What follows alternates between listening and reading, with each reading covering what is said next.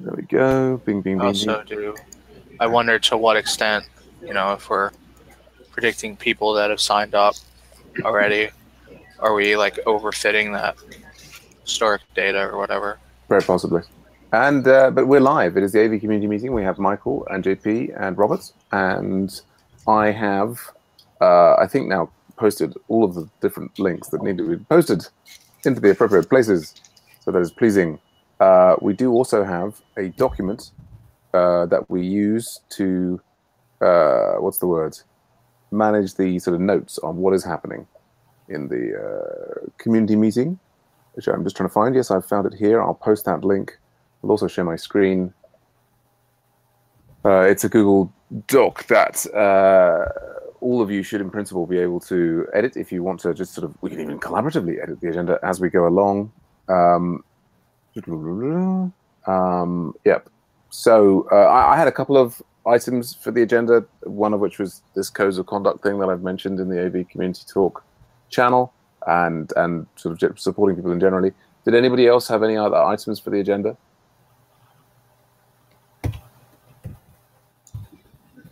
Yes.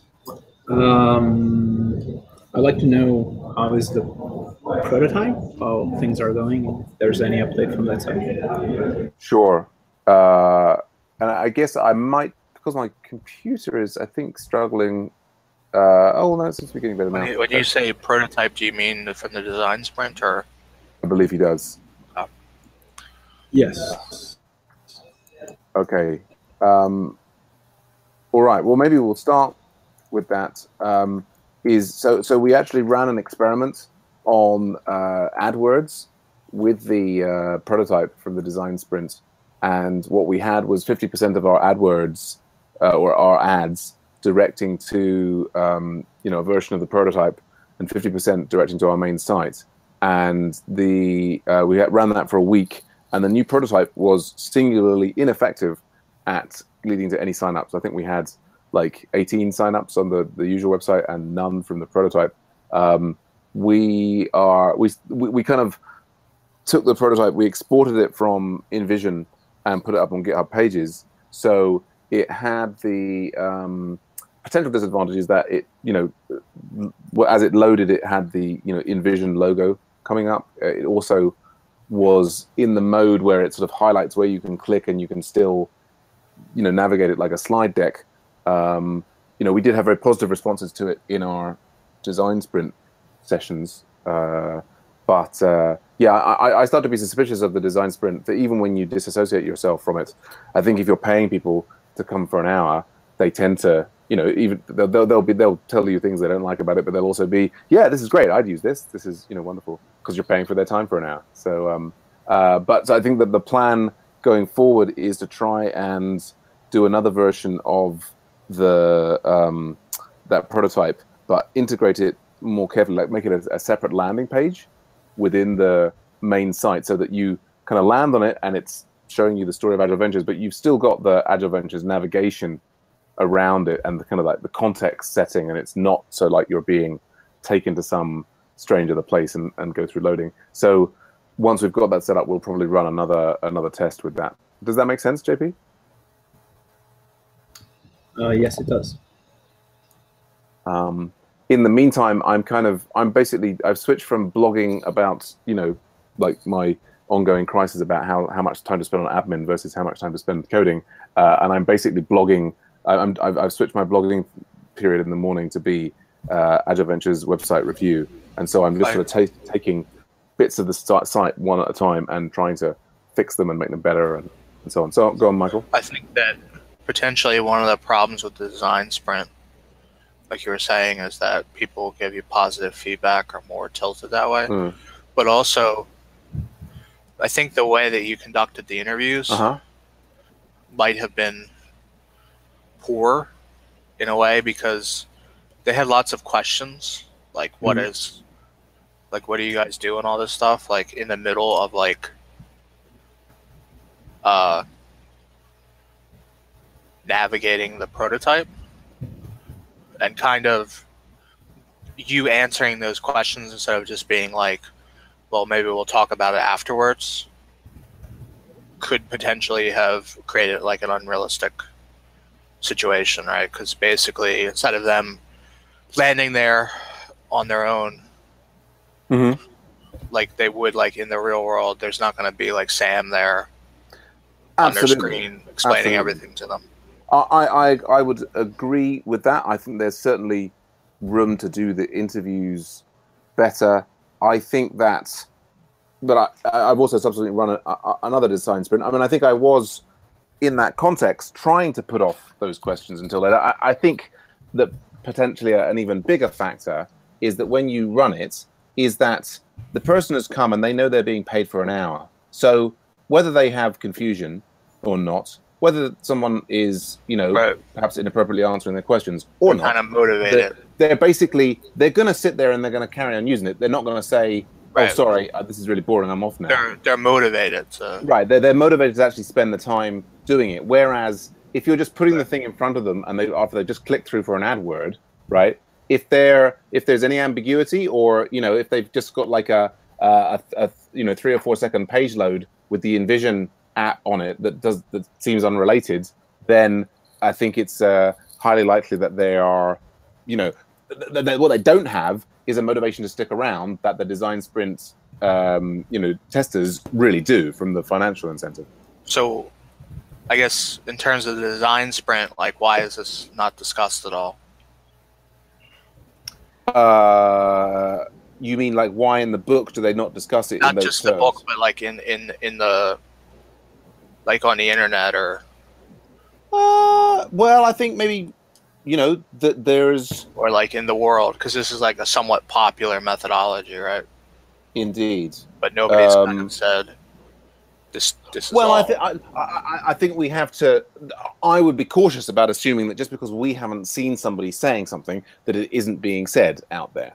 But it may also be. I think it's also the case that people running these things in the context of what they're not doing, which is very specifically what we did, is they're not taking the prototype and using that directly as the next level out there. What they're doing is, having got the feedback, they're then spending time taking the lessons from the prototype and delivering them kind of in a seamless environment, so that when the next round of people look at it, one assumes that it's going to be fully integrated. So we kind of cut corners there to get something out, and I think that may have been problematic. That may be the problem, which we can basically do a more integrated version, and if we see it go completely the other way, then we can isolate that as the problem. But that said, having run some other design sprints since, I think it's still potentially a problem in terms of the kind of that sign up process. I think the other thing is that the other design sprints may well be focused on different parts of the funnel, right? So interfaces that users are encountering after they're already signed up, for example, whereas that very first landing page that you see, although that said, some of the the one design sprint in the book was about selling coffee, right? So it's right, and that was like but it was also a much more complete experience, I think, built from a design sprint where you had a team of 7 who got it from not just the landing page, but you could walk through the process and actually ended up kind of simulate buying your coffee. Rather than it just being this one thing. So anyway, I think the action item is clear, I think, in terms of developing this better test. Right, so somehow transferring it more seamlessly into the current website. Yeah, it's worth trying. It looks like it's like a website where you can really sign up or do something. Yeah, that it's kind of it maintains the context, and that it's got those, it's got the surrounding banners and navigation and so on, and that like it's, looks clickable and so on. That said, we may try that one. I mean, I think it's great that we're set up to do these kind of A/B tests. We may run that with it fully integrated, and we may discover that again, it's like people are not interested in signing up. So that would then, cause us to go and look for some other source of the problem. But that's, I think, the whole point about experiments is, one needs to do experiments that can show you in either direction. Like they help you eliminate, what are the possible sources of the problem. Yeah, because the problem might not be the interviews, might not be the the sprint itself. It might just be that the fact that people are not signing in is not signing up, or is not really related with the home screen when they enter the website. Maybe they don't right. care. It may be that it's unrelated to the contents of the home screen, and it's more that they're able to navigate through and see the list of projects and this, that, and the other, and that it's it may be that the decision to sign up is as I say, less related to the homepage than it is to various other pages. So, moving on to some other items. So there's a kind of a wind blowing, shall we say. There are these codes of conduct things that are getting added to a lot of open source repos. There's a lot of discussion of that on a lot of the podcasts that I listen to. There's also apparently some question about their value. I've yet to encounter people saying that these are bad things, although I'm now reading quotes from Linus Torvalds, who's saying that all the code of conducts and that sort of thing are kind of irrelevant, that it's all about the code, right? So it doesn't really matter what people say or think otherwise about each other. It's all about the code, which I guess I'm not so sympathetic with. I feel like having these code of conducts is probably a good idea, but I'm also very keen to get input from other people in the community about it. In terms of Linus Torvalds, he's known as a fairly gruff person, right? Yeah, I hadn't realized quite how gruff. Yeah. Though he did build Linux, so. Yeah. Well, then clearly we have to emulate him in all forms. So, yeah. Well, and also Git. I mean, I think doing it once with Linux, but then doing it with Git as well is another. Yeah, I mean, I'm jolly impressed down here. The question is, the thing that I was wondering about when this was first brought up in AV is do we actually have any indication that this is even an issue right now in AV, or are we just doing this just because other people are doing it? Indeed. Well, and what I would say is no one has come to me and said what your community needs is a code of conduct, or what and I'm not necessarily thinking about the Agile Ventures community per se, but I'm more thinking of it as a kind of thing that individual projects might like to adopt. Do we have evidence that people have left a project because of conduct? Because most of these things, right? They don't they forbid some ism, right? Like racism or sexism, but not just personality clashes, right? Because you can't just. Which is very difficult to legislate. It's very hard to legislate. You're not allowed to clash with some personality. Yeah, I think in the past we've had personality clashes, but not overt. No, I agree with you. I don't think we've had overt sexism, overt racism. I think the community's been quite a positive one, and where we've had clashes, they tend to be about technology issues or styles of communication, I think. I guess I do feel that we kind of there's a maybe a gender inequality, a gender imbalance, and in tech in general and in Agile Ventures as well, to an extent. Yeah, I mean, I think the thing that particularly encourages me to want to maybe just like add one of these codes of conduct to, for example, website 1, is the idea that by having the code of conduct, we make the the individual project more welcoming to people, who like for example, this room right now, I think we've got 4 white guys in it, right, for our community meeting. And no disrespect to white guys, I mean, it's white guys are also people and have feelings, but it would be great to have increased diversity, and I think adding the code of conduct, it's been suggested to me, or I listen to people on podcasts earnestly suggesting that by having the code of conduct, you're kind of sending out a message that you particularly welcome people of all sexual preferences, genders, all races and creeds and religions and so on and so forth. So it's kind of, it doesn't feel like that if we added this, that it's going to suddenly massively change anything. It seems like it's a fairly trivial thing to do now that we've got this contributor covenant stuff, and people they're versioned and they're I mean, I guess any other JP, Robert, do you have any thoughts on this?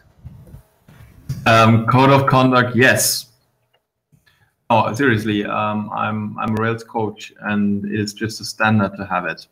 Right. And when I, for example, attend one of those Rails Girls events in Berlin, the organizer, which I know and really respect, always makes sure that they speak out the basic behavioral rules. If something like, if you don't feel if you don't feel happy about a person, or somebody is behaving not acceptable, please come to us organizers, and so on and so on. So code of conduct is something that doesn't, well, ideally it wouldn't be needed. Is something that is, I'm missing the English word for that, but everybody should behave like that. It's a no-brainer. That was it. So no-brainer, and even but nevertheless, we should have it. And also, I want to point out that GitHub recently has a button. If you visit any project on GitHub, there's a button community. We'll share a link, and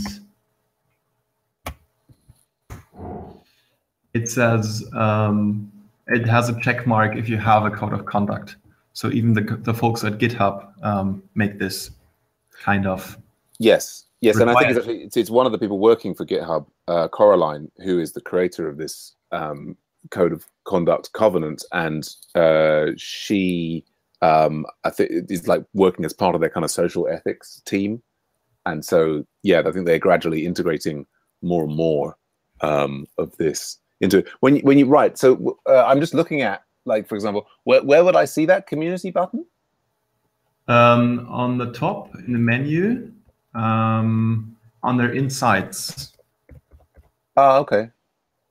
Just click on Insights. No. Insights next to settings. Okay, there. Community. Okay. Oh, right. So there's even the button here.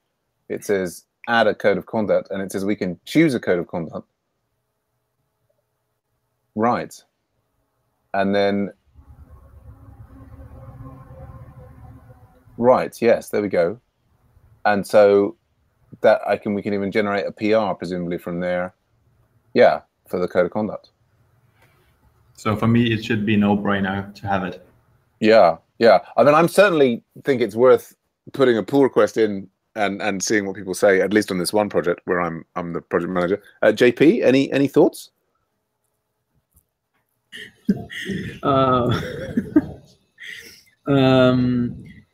No, but I don't think. Are we going to enforce it?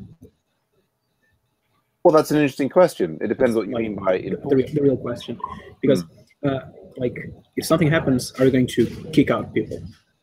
Are you going to forbid them to be in the community? Well, I think that's because a very good question. Go on.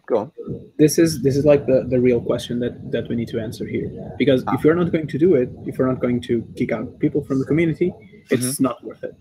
I think it's good to have it, and it just tells you what you're able to do or not, what you should do, and how you should behave. So I think that's good. I don't think we ever had any problem like similar to that described on the code of conduct. So I think we're in a good shape. Now the part of, is this going to get us more people? I doubt it. I don't think it's like just the fact that we have a code of conduct that's gonna give us more people, or that will make people come to Agile Ventures. But I think it's good to have the boundaries set if we are going to enforce them. Well, that's an interesting question. You say like I think they've just updated it from 1.3 to 1.4, and the language, has changed slightly, and I think sensibly, to say that project maintainers who do not follow or enforce the code of conduct in good faith may face temporary or permanent repercussions as determined by other members of the project's leadership. So I think, although actually earlier on here, it's sort of project managers have the right and responsibility to remove edit comments or to ban temporarily or permanently anything. I mean, I think that I certainly would feel very strongly about, if people were coming to me and saying there are, racist or sexist statements being made, and I have in other situations. I mean, I've been, running, courses in universities, in boot camps, and I have been in that situation where someone's come to me and said this person's making these unacceptable statements, and I then need to go and talk to that other person about what happened and so on and so forth. So, I mean, I'm very, very committed to kind of equality, and so I personally, if there was somebody on website 1 and I was getting reports that they were, not necessarily even visibly, but they were DMing people, or if I, there was a comment in the code base that was made and I hadn't picked up on it, it was brought to my attention, then I would, as the project manager, have extremely serious concern about that. I mean, I wouldn't leap to take action without having investigated what's taken place. But I think that there is we can say that this hasn't been a problem yet. It seems like a sensible, like in the same way that every educational institution has a policy on these kinds of things. It seems like it's sensible to have, as we grow, it's sensible to have a policy. Like I kind of anticipating that situation occurring in the future. It would nice to be able to refer people back to, this is our policy on it. And I don't think that it doesn't have to be like unilaterally, oh, this person's behaved badly and then they're kicked out. I think what I like about the way they've upgraded this is that it's up to the, it's up to the project's leadership to work out what's appropriate. So, for example, it can be in the first instance, well, look, we don't like that sort of behavior. We're all professionals. We need to be polite and respect each other. And this person found that statement offensive, for example. Let's, say, let's be careful about that going forward. So do you know what I mean? Like, does that make sense about enforcement, João? Yeah, when I was talking about enforcement, I was not saying that, no, one strike, you're out. Right. What I was saying was that if we are going to enforce it, like when the time comes, like if this happens and that person is for any criteria reincident, or it's so grave a problem, are we going to kick him off? Because like I think that's the real question. And when I think about this, I think this shouldn't be like a project specific thing. It should be a community. Right. Yeah. Well, I guess I would say, as one of the community leaders that I think if we had a very, very serious problem with an individual, then that's something we would have to consider. It's not a step that I would take lightly by any measure, but yeah, I don't see any. So that doesn't seem to me to be a block for it. I mean, there's nothing that's in this code of conduct as it stands that says that complete exclusion from the community ever has to be a particular consequence, right? It's saying that the consequences of not following the code of conduct are up to the project leadership. What I'd like to do is I'd like to add it to the individual projects that I'm involved in, and maybe ultimately we will have there are other steps which basically where we recommend that Agile Ventures have a code of conduct. We may ultimately go, if people are comfortable and like them, we go further and say, if you're going to have, we have certain requirements on Agile Ventures projects, such as they're open source.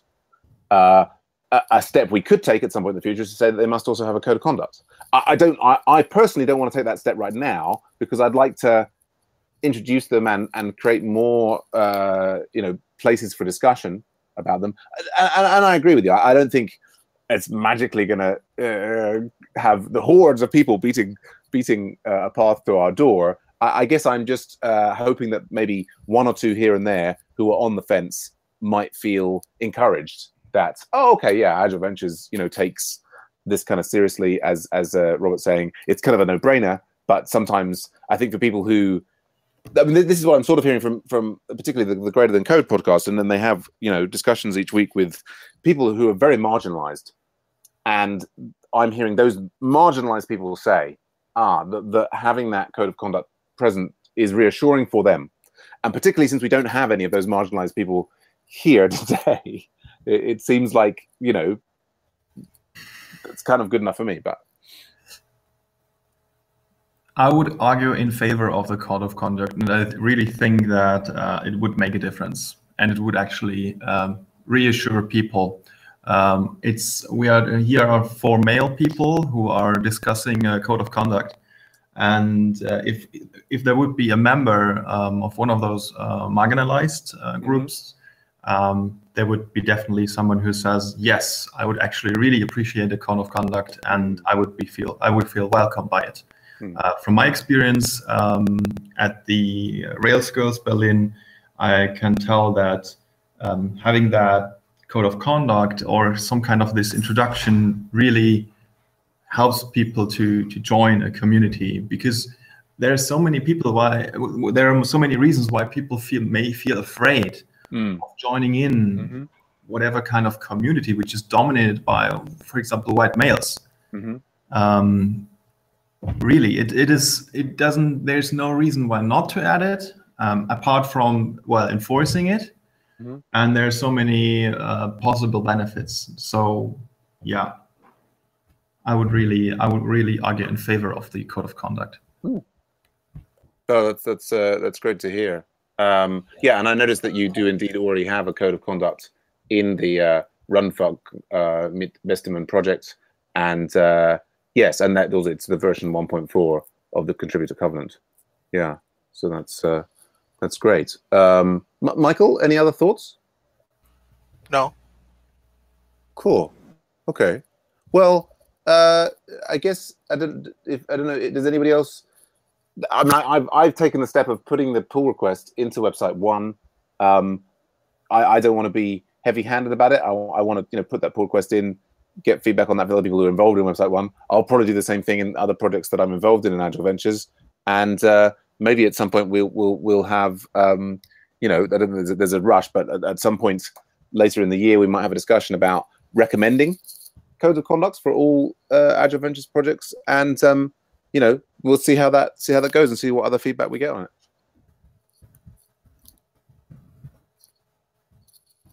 Okay, so that's that topic. The only other one that I was gonna mention was it's giving support to people. JP and I have been sort of taking turns in helping to support one person who's sort of struggling to get set up with the Met Plus Java Resume Cruncher. I guess Yeah, I guess we seem to be making some progress there now. I guess I mention it as it's just something that's I'm always struggling with, is the amount of support that I kind of just give off the cuff to people who come along and just want help, versus the amount of support I'm giving to people who are paying for extra support, and then also the amount of like there are people who are not paying for support. I mean, independently whether people are paying for additional support or they're just sort of enjoying hanging out in the Agile Ventures community, there are people who are easier to help, and there are people who are more difficult to help. And there are kind of people who are, I think, for some reason have difficulty following instructions or sharing what they're thinking. And then there are others who feel like they're entitled to certain levels of support even when they're not paying for them. And I find those people particularly difficult to help. But yeah, I guess, JP, did you have any? Is this even worth discussing? I just was on my mind. I understand what you're saying. Yeah. Sometimes it's hard to, and like what you were saying, like your question between the unpaid and the paid support. I think, like, if you don't have anything, paying people don't need support. We can always share some time for people that are not paying. And I think totally. one of the things that people kind of need to understand is that this is an open source, and these are all open source projects.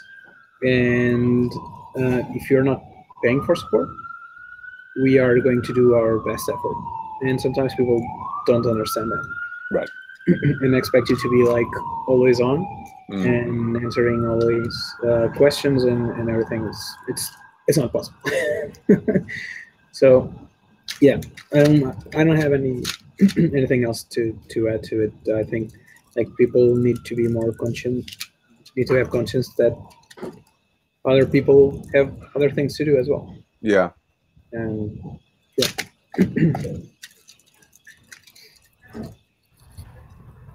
yeah. Yeah. I guess I agree with you. I think I'm very keen that we continue to help people who are just sort of new to the community and trying things out. I would love to have some mechanism that would, like as you say, help people understand that if they're not paying for support, then it's being done on a voluntary, best effort basis, and so kind of gratitude for the support that they get, and a lack of demands about what you give me more support and what's the quality of the support.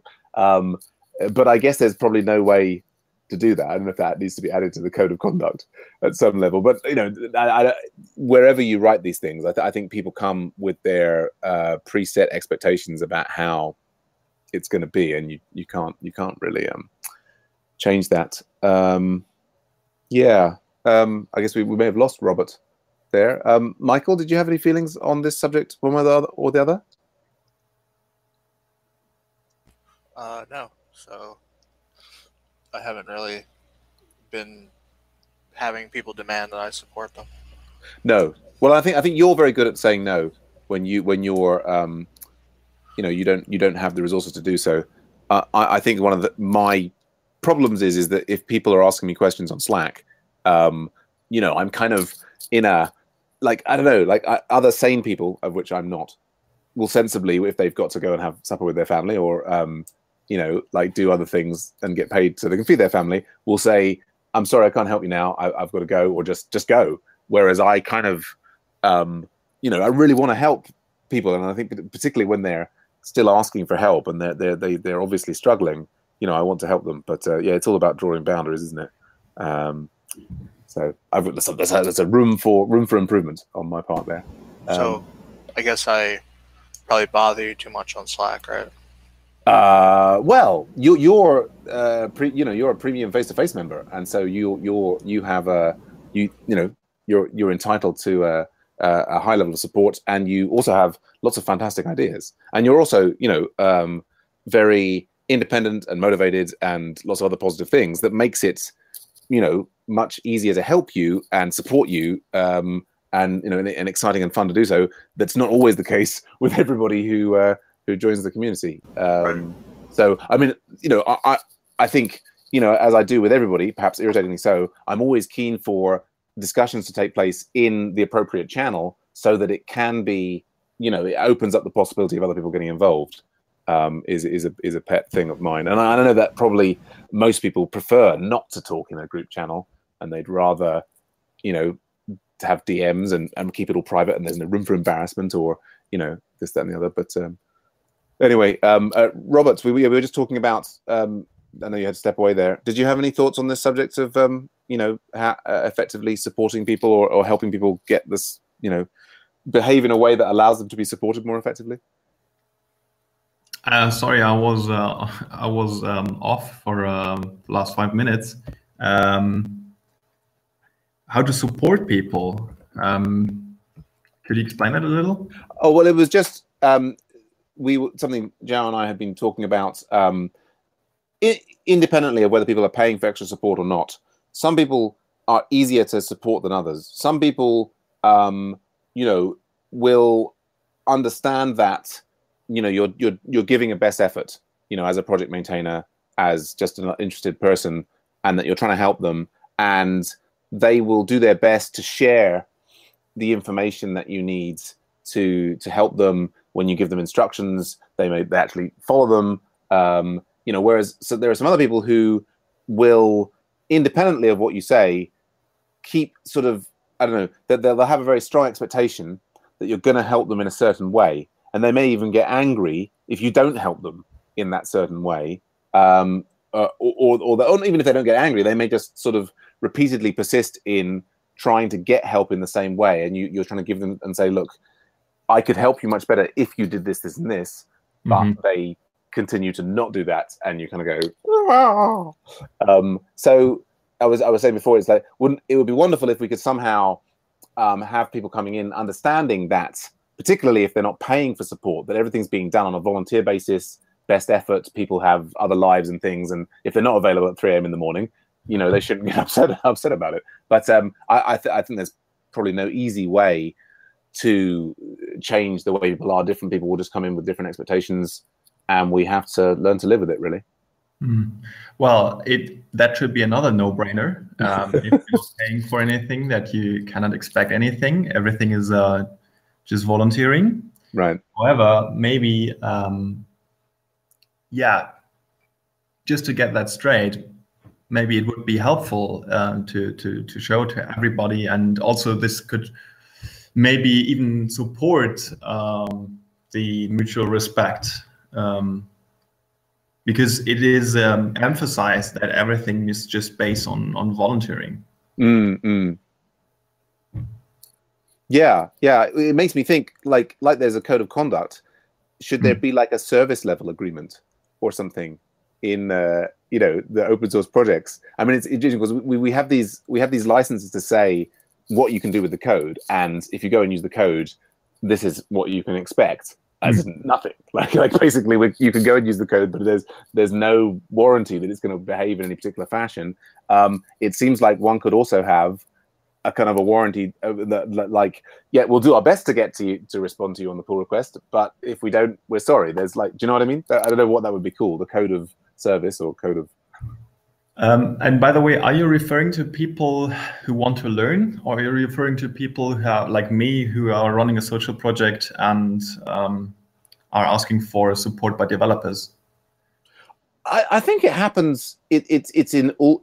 It potentially applies to everyone. I mean, we've got there are all sorts of people who want to learn. I think that there's also project maintainers are looking for certain sorts of support. I mean, people like yourself are a delight to support because you're polite and we have nice conversations. And I mean, I think that the difficulty for me is whether they're people who are learning or they're project maintainers. It's difficult to support them if they've got a very strong expectation that things should be a certain way, and there's no, and they get angry when their expectations are not being met. Of course, we all have there's the expectation of politeness, and You know, I would say, but but like you say, things that might be no-brainers for you and I are different for other people. So yeah, so my expectations are that for example, if I'm helping somebody to learn on the use case of our project, I'm basically expecting that I also invest a lot of time just explaining things. Mm-hmm. It was natural to me that this would be the way to go. I mean, if there are volunteers who are willing to help me, I'm willing to help them as well with my time, and I have to explain things and help them, whatever. Same thing the other way. And I don't know, I didn't quite remember when I first got in touch with Agile Ventures. I think I Googled for your, I don't know, terms of service, if it's only for non-profit, if it's also possible for profits, and what are the regulations. So I think you can expect from people who sign up as project maintainers that they will have a look into that. Right. Just to make sure that they also comply to that. And yeah, of course, you just create some kind of document to make sure that they have to expect some kind of mutual support, and if they want to get people on board, they have to give them some kind of support that they explain things and make it as easy for them as possible. Yes. But that sounds like a good idea. It is also on my to-do list. We have just created. We've got a privacy policy recently. And I guess it's like, at the Agile Ventures level, you know, we kind of offer various services for free, and we offer, you know, other. But yes, it starts to get to the point where, you know, I think the kinds of things that you were looking for are in scattered different places. But it would be good to have a consolidated terms of service that said, you know, this is, you know, here we'll do this best effort, and this is an area where we can't help, and so on and so forth. So yeah, I've added an action item to the community meeting notes. I sort of had one in the marketing meetings already, but yeah, good point. All right. Well, I think that's all I had. I guess the only other one was the possible movement of the day. I mean, I'm going to be away for about 4 weeks, so I won't be running the community meeting at this time the next 4 weeks, but you're of course all more than welcome to do so. With the Jitsi is relatively easy to set up, if not necessarily so easy to record. For me, the possible other days that this could be on, so that it didn't conflict with some other events that are regularly going on Monday, would be Wednesday and Friday. Joao, were you? I think, or was Matt? You guys were already saying that maybe Friday is not such a good day. I'm usually okay for all week. Mondays every other week I have client meeting with chat, and every 3 weeks on Thursday I have commitment at lunch. So, but the rest, free. Unfortunately, I just have this lot of time. No. And this is a good time of day for me, but on Monday, Friday. Then I see Matt saying that he often has plans on a Friday. It makes this not such a good day for Friday with me. Anyway, I guess the point is somewhat moot because I won't be around to impose my day preferences for the next 4 weeks. So I guess it's something that we'll carry on thinking about.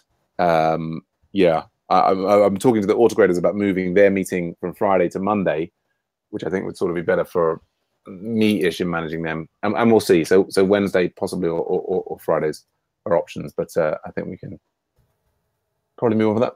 And I better go to supper. So it was great to see. Oh, go on. Are we going to do this every other week as well? Or are we going to have the meeting every week? This has been running, we've been running every week for the last 6 weeks or so. So okay. Yeah, I mean, and I know you have Met Plus every other week, so yeah, no big deal. Let's see. It reminds me, I was going to ask you about Met Plus and if we were any closer to setting up some sort of non-profit service agreement with them, but we'll chat about that. I should go, so we'll chat about that. Okay, we can chat about that. Yeah, Great to see all Robert and Joao and Michael. Even if we are 4 white guys, hopefully we can move forward from that. All right. Bye for now. Take care. Take care.